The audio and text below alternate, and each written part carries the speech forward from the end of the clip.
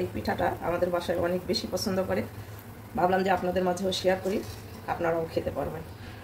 দেখেন কত ফুলকো হয়েছে। এই পিঠাগুলো একটু লালটি টাইপের হয়, খেতে দুর্দান্ত টেস্ট। এই পিঠাগুলো একবার খেলে বারবার এই পিঠাগুলো বানিয়ে খাবেন।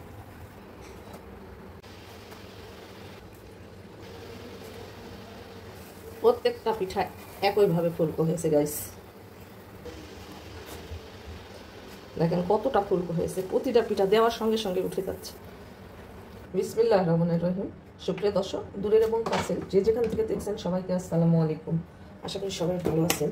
আজ আমি আপনাদেরকে তৈরি করে দেখাবো তেল পিঠা। তো এর জন্য আমি নিয়েছি কিছু পেঁয়াজ বেরেস্তা, আর পেঁয়াজ বেরেস্তাগুলো এইভাবে ক্রাশ করে নিতে হবে। ক্রাশ করে নিয়েছি, এর মধ্যে দিয়ে দিচ্ছি কিছু সামান্য হাফ চামচ পরিমাণ কালো জিরা। কালো জিরাটা দিলে যখন আপনারা খেতে যাবেন তখন কিন্তু এটার স্বাদ দাঁতের নিচে পড়বে আর অনেক মজা লাগবে। আর পেঁয়াজ বেরেস্তাটাও একই রকম হবে। পেঁয়াজ বেরেস্তা দিলে এই তেল পিঠার টেস্টটা অনেক বেড়ে যাবে। আমি 2 কাপ নিয়েছি শুকনা চালের গুঁড়ি, হাফ কাপ দিচ্ছি ময়দা, 1 চিমটি দিয়েছি লবণ, খেজুরের ঝোলা গুড় দিচ্ছি 1 কাপ। মিষ্টির টেস্টটা যদি কম লাগে তাহলে আরও বাড়িয়ে দিব। হালকা কুসুম গরম পানি দিচ্ছি 1 কাপ। এখন সব কিছুকে ভালো করে হাত দিয়ে মাখায় নেব। যদি পানির প্রয়োজন হয় পানি দিব, আর যদি মিষ্টির প্রয়োজন হয় তাহলে আরও কিছুটা মিষ্টি অ্যাড করব।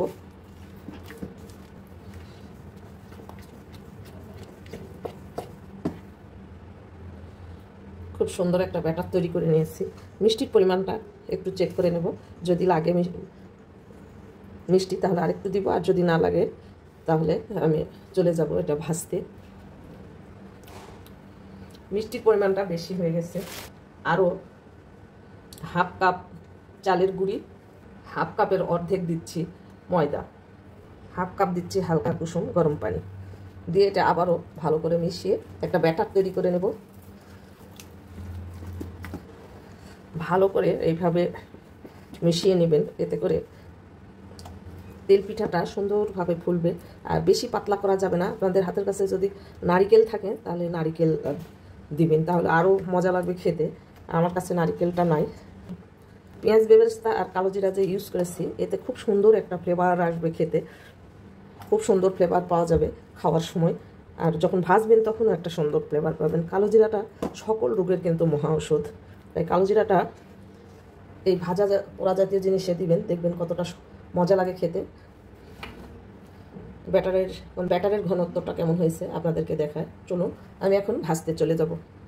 ব্যাটারটা ঠিকঠাক মতো করতে পারলে এটা আর কোনো সমস্যা হবে না বা ফুলবে।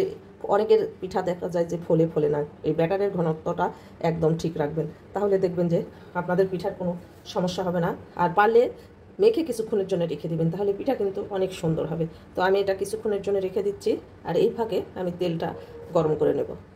চুলায় আগে থেকে আমি তেল বসিয়ে রেখেছি।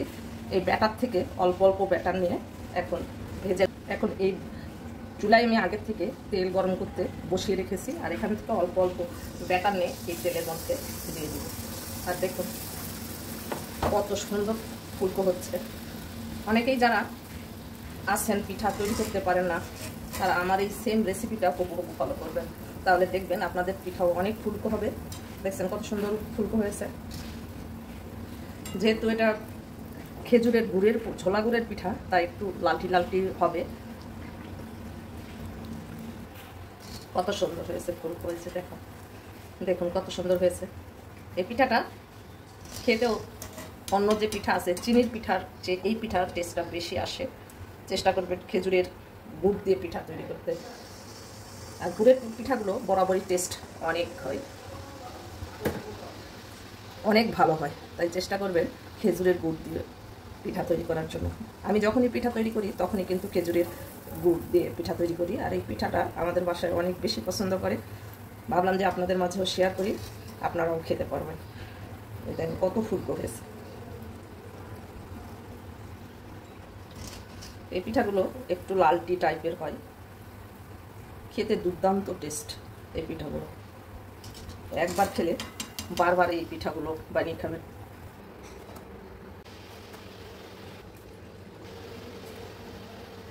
প্রত্যেকটা পিঠা একইভাবে ফুলকো হয়েছে গাইস। দেখেন কতটা ফুলকো হয়েছে, প্রতিটা পিঠা দেওয়ার সঙ্গে সঙ্গে উঠে যাচ্ছে। আপনারা চাইলেও কিন্তু এরকম পিঠা ভাজতে পারেন। এরকম সহজ আর মজার মজার নিত্য নতুন রেসিপিগুলো পেতে আমার চ্যানেলটা সাবস্ক্রাইব করে পাশে থাকা বেল আইকনটা ক্লিক করে রাখবেন, যেন নতুন কোনো ভিডিও ছাড়ার সঙ্গে সঙ্গে নোটিফিকেশন সবার আগে আপনার কাছে পৌঁছে যায়। আর যারা ফেসবুক থেকে দেখবেন প্লিজ ফেসবুক পেজটাকে ফলো দিবেন, লাইক কমেন্ট শেয়ার করে আমার পাশে থাকবেন। আমার জন্য এবং আমার ফ্যামিলির জন্য দোয়া করবেন। আপনাদের সকলের সুস্বাস্থ্য এবং মঙ্গল জীবন কামনা করে ভিডিওটা আজকের মতো এখানে শেষ করছি। ভালো থাকবেন সবাই, দেখা হবে পরবর্তী ভিডিওতে। আল্লাহ হাফেজ।